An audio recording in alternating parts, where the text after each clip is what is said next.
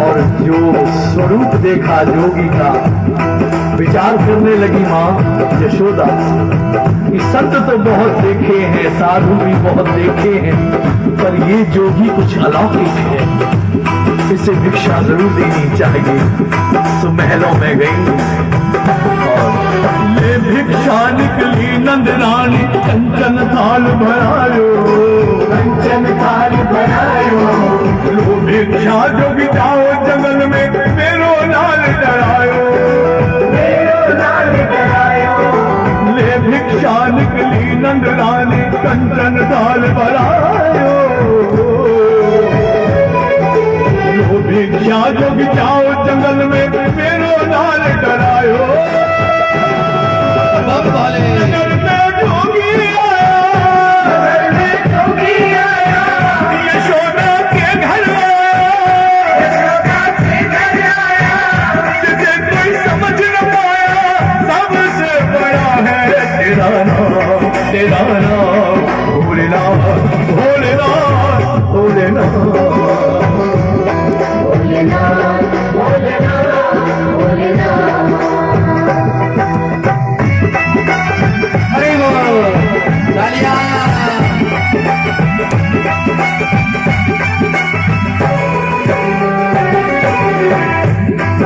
भगवान शिव सोचने लगे कि माँ यशोदा मुझे भिखारी समझ रही है। क्या समझ रही है? एक चुटकी भभूत में है खजाना कुबेर का। चाहिए तेरी दौलत दुनिया और न कंचन माया, और न कंचन माया, तेरे लाल का दर्श करा दे, मैं कैलाश से आया, मैं कैलाश से आया, मुझे ना चाहिए तेरी दौलत दुनिया और न कंचन माया, तेरे लाल का दर्श करा दे, मैं कैलाश से आया। नगर में जोगी आया, नगर में जोगी आया, यशोदा के घर आया, यशोदा के घर आया, जिसे कोई समझ न पाया, सबसे बड़ा है तेरा नाम, तेरा नाम भोलेनाथ, भोलेनाथ, भोलेनाथ, भोलेनाथ, भोलेनाथ, भोलेनाथ।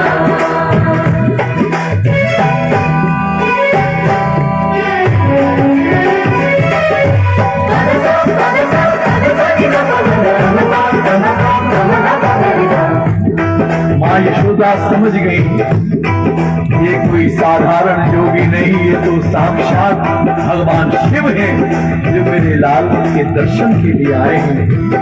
माँ यशोदा दौड़कर महलों में गई और अपने लाल को गोद में लाकर भगवान शिव के चरणों में दबा दी। ये प्रभु भोलेनाथ मेरे लाल को आशीर्वाद पंचबेर परिक्रमा करके शृंगीनाथ बजायो, शृंगीनाथ बजायो, सूरदास बनिहारी कन्हैया, जुग जुग जीत जायो, जुग जुग जीत जायो, पंचबेर परिक्रमा करके शृंगीनाथ बजायो, सूरदास बनिहारी कन्हैया, जुग जुग जीत जायो। नगर में जोगी आया, नगर में जोगी आया, यशोदा के घर आया, यशोदा के घर आया, जिसे कोई समझ न पाया, सबसे बड़ा है तेरा नाम, तेरा नाम भोलेनाथ, भोलेनाथ, भोलेनाथ, भोलेनाथ, भोलेनाथ, भोलेनाथ, भोलेनाथ, भोलेनाथ, भोलेनाथ, भोलेनाथ, भोलेनाथ। बोलिए वृंदावन बिहारी लाल की जय, बोलिए शिव शंकर भोलेनाथ की जय, जय जय श्री राधे श्याम। तो इस प्रकार भगवान शंकर जी ने कृष्ण कन्हैया जी के दर्शन किए। अब आगे कंस महाराज एक संकटासुर नाम के राक्षस को भेजता है भगवान कन्हैया जी का वध करने के लिए। संकटासुर मथुरा से और गोकुल नगरी में आया।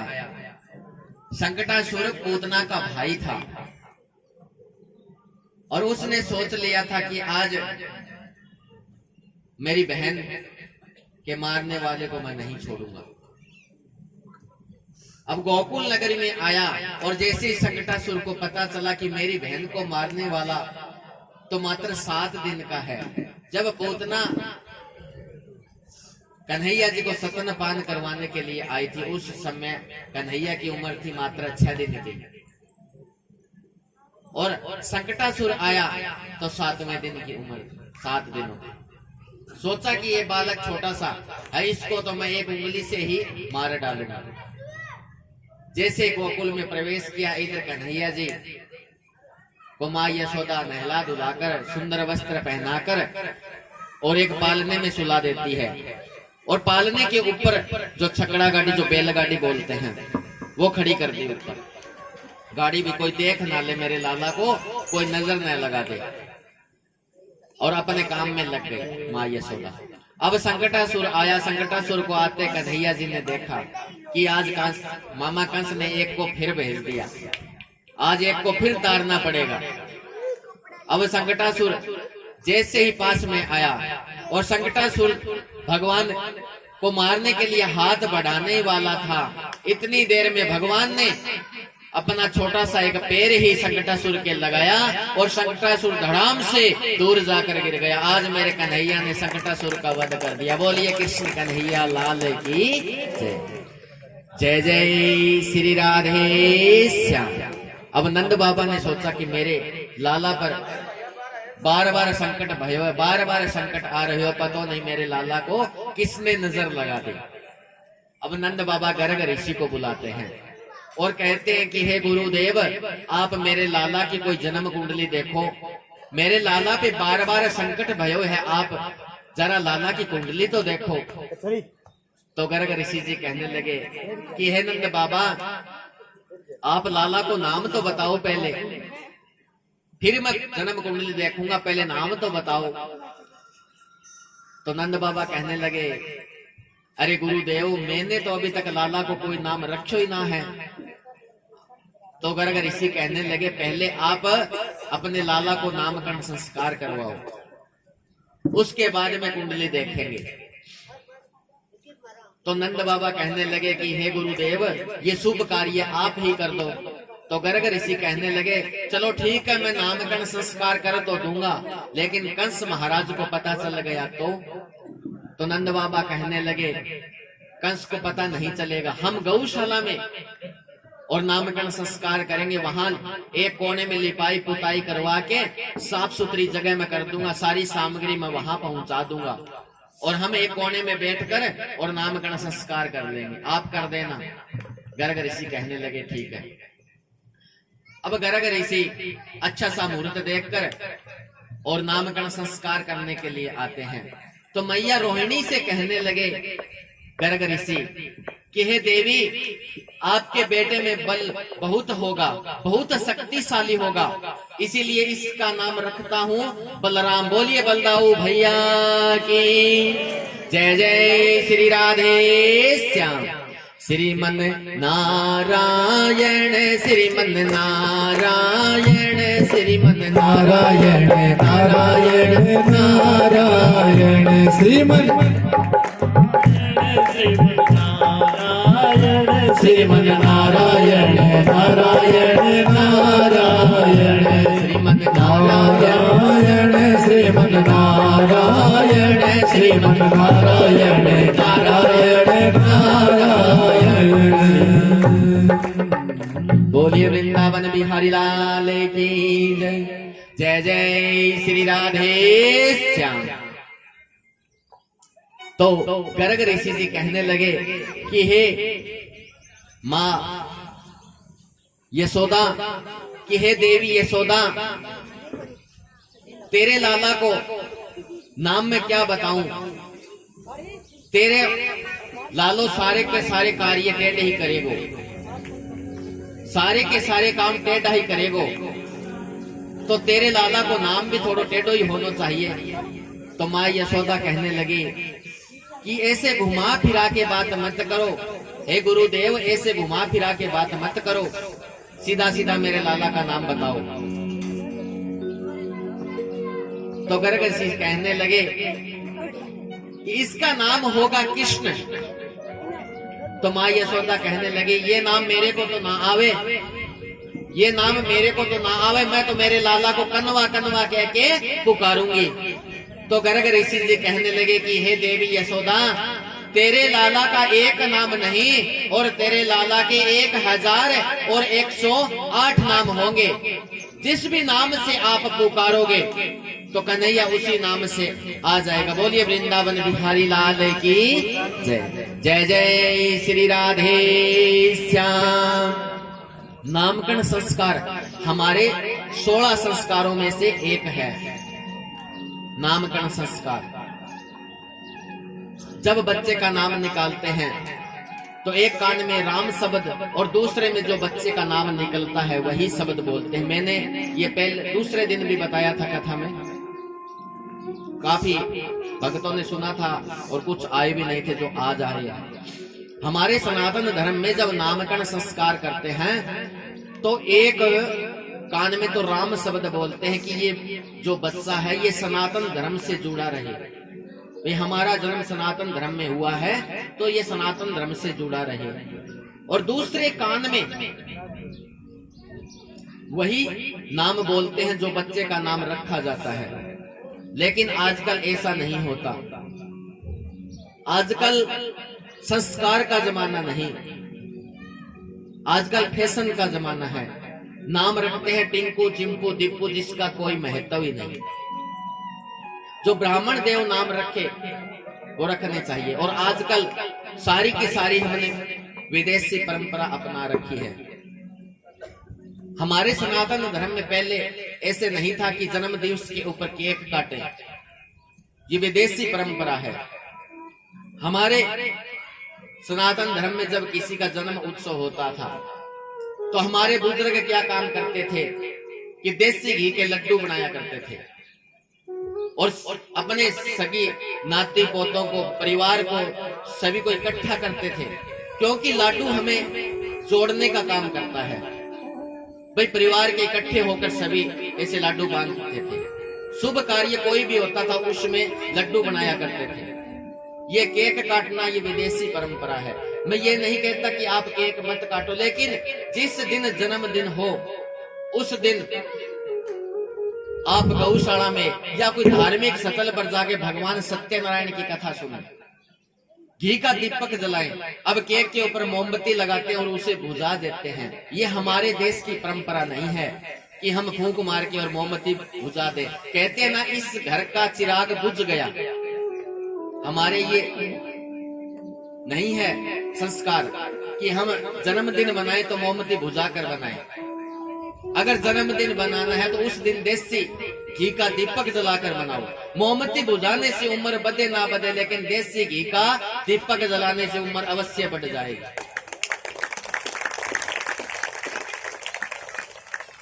उस दिन भगवान सत्यनारायण की कथा सुने। केक क्या होता है कि एक काट दिया, एक ने खा लिया, फिर दूसरे ने खा लिया, फिर तीसरे ने खा लिया, और फूंक मार के मोमबत्ती बुझाते तो वो जूठा तो वही उसी समय हो गया। और फिर काफी भगत लड्डू गोपाल घर में रखते तो कहते हैं कि पहले पौध लड्डू गोपाल को भोग लगाएं। अरे जूठा तो हमने पहले ही कर दिया, इसको लड्डू गोपाल को हम क्या भोग लगाएंगे। उस दिन देसी घी का हलवा बनाओ, खीर बनाओ या गुड़ का चूरमा बनाओ। 5-4 घर में सदस्य है तो देसी घी के बेसन के लड्डू मत बनाओ। व्यवस्था ना हो सके तो गुड़ का चूरमा बना लो, उसमें 4-5 हाथ लगा लो। ऐसा करने से उम्र अवश्य बढ़ जाएगी, केक काटने से नहीं। हो सकता है कि किसी के मान लो कुछ रोग लगाओ, किसी की कुछ, जैसे छुआछूत की बीमारी पहले अभी ये पीछे आई थी कोरोना। अगर किसी सदस्य के कोरोना हो गई हो और उसे जन्मदिन पे बुला ले, अगर वो फूंक मार के मोमबत्ती बुझा दे तो कितने जनों के हो वहां। ऐसा नहीं होना चाहिए। बोलिए वृंदावन बिहारी लाल की जय। जय जय श्री राधे श्याम। हमारा श्रृंगार 16 संस्कार है। जो संस्कार ये बात नहीं कहते कि कोई भी बहन बेटी घर से आगे, घर से बाहर जाए तो नंगे सिर जाए, सिर पे चुन्नी लेके जाए। 25-30 साल पहले ऐसा ही होता था। हमारे संस्कार ये नहीं कहते कि बाल खुले करके और बाजार में ऐसे घूमो पूतना की तरह। ये हमारे संस्कार नहीं कहते, ये फैशन कहता है। फैशन चल पड़ा। हमारे पुरुषों में आज भी वही कपड़ा लगता है जो 5.25 मीटर पहले लगता, तो हो सकता है ज्यादा भी लगता हो। और जो मेरे पिता तुल्य बुजुर्ग वो धोती बांधते हैं, तो धोती होती है 5 मीटर और 27 सेंटीमीटर की, और उसके ऊपर 3 मीटर का कुर्ता, 8.5 मीटर का पहनावा आज भी बुजुर्गों का है। और जो कुर्ता पजामा पहनते हैं 5.25 मीटर 5.5 मीटर में बनता है। अगर खली जैसा हो सकता है 10 मीटर में भी बने। बोलिए वृंदावन बिहारी लाल की जय। चाहे हम फैशन कैसा भी करें, लेकिन विदेशी परंपरा ना अपनाएं, विदेशी पहनावा ना पहने। क्योंकि पहले के समय में अंग्रेज लोग हमारी भारतीय संस्कृति को खराब करने के लिए अनेक प्रकार के यत्न किए। स्वामी विवेकानंद जी से किसी ने पूछा, विदेश में गए थे, ध्यान से सुनो ये कथा। मैया जी आप ध्यान पूर्वक सुनो, ये बाद में करेंगे, ये कार्यक्रम में भी लटका रहे हैं एक बार। स्वामी विवेकानंद जी जैसे संत हमारे यहाँ हुए। ये भारत देश संत महात्माओं की भूमि है। यहाँ भगवान श्री राम जी ने अवतार लिया, यहाँ की भूमि में भगवान श्री कृष्ण जी ने अवतार लिया। और जो देश हैं वो भोग के देश हैं, लेकिन हमारा भारत देश योग का देश है। हमारे यहाँ विदेशी परंपरा नहीं होनी चाहिए। जहाँ सूर्य नारायण सबसे पहले डाले डेरा, वो भारत देश तो है मेरा। बोलिए भारत माता की जय।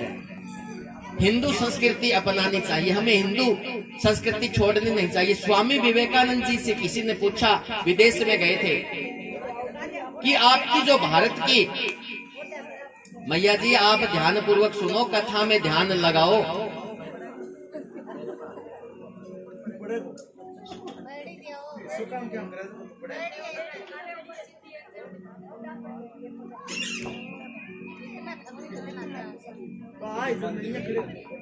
स्वामी विवेकानंद जी से किसी ने पूछा, विदेश में गए थे, कि हे स्वामी आप ये बात बताओ कि आपके भारत में जो देवियां हैं, जो स्त्रियां हैं, वो पुरुषों के साथ हाथ क्यों नहीं मिलाती? तो स्वामी विवेकानंद जी कहने लगे कि क्या आपके यहाँ विदेश में कोई महारानी और किसी अनजान पुरुष से हाथ मिलाती है क्या? तो वो कहने लगे अंग्रेज नहीं। तो स्वामी विवेकानंद जी कहने लगे कि हमारे भारतवर्ष में, कि मेरे भारतवर्ष में हर एक नारी महारानी है। जैसे आपकी महारानी किसी से हाथ नहीं मिलाती, वैसे ही मेरे भारत की हर देवी एक महारानी है, वो किसी से हाथ नहीं मिलाती, हाथ जोड़कर राम रूमी करती है। बोलिए वृंदावन बिहारी लाल की जय। हमारे भारतीय संस्कृति में यह भी नहीं आता कि हम किसी से हाथ मिला करके और राम रूमी करें, हाथ जोड़कर राम रूमी करें। डॉक्टर भी आजकल ये बात कहते कि हाथ मत मिलाओ किसी से। ये परंपरा हमारे पहले की संस्कृति में है, जो आज डॉक्टर लोग बता रहे हैं। यहाँ की भूमि में अनेकों लाखों संख्या में संत महात्मा पुरुष तपे हैं। भगवान श्री कन्हैया जी ने और यहाँ की मिट्टी को, यहाँ की रज को और अपने मस्तक पे लगाई। यहाँ की मिट्टी खाई है भगवान कन्हैया जी ने। तो हम विदेशी परंपरा क्यों अपनाएं? हमें भारतवर्ष की जो परंपरा है वही अपनानी चाहिए, उसी परंपरा में रहना चाहिए। आज से 4 साल पहले मोदी जी कोई विदेश में गए थे, तो मोदी जी का नाम सुनकर वहां की जो विदेशी महिलाएं थी वो साड़ियां पहन करके आई थी कि भारत का प्रधानमंत्री आ रहा है। देखो विदेश वाले तो हमारा पहनावा पहन रहे हैं और हम विदेशी पहनावा पहन रहे हैं। ये नहीं होना चाहिए। बोलिए वृंदावन बिहारी लाल की जय। सदैव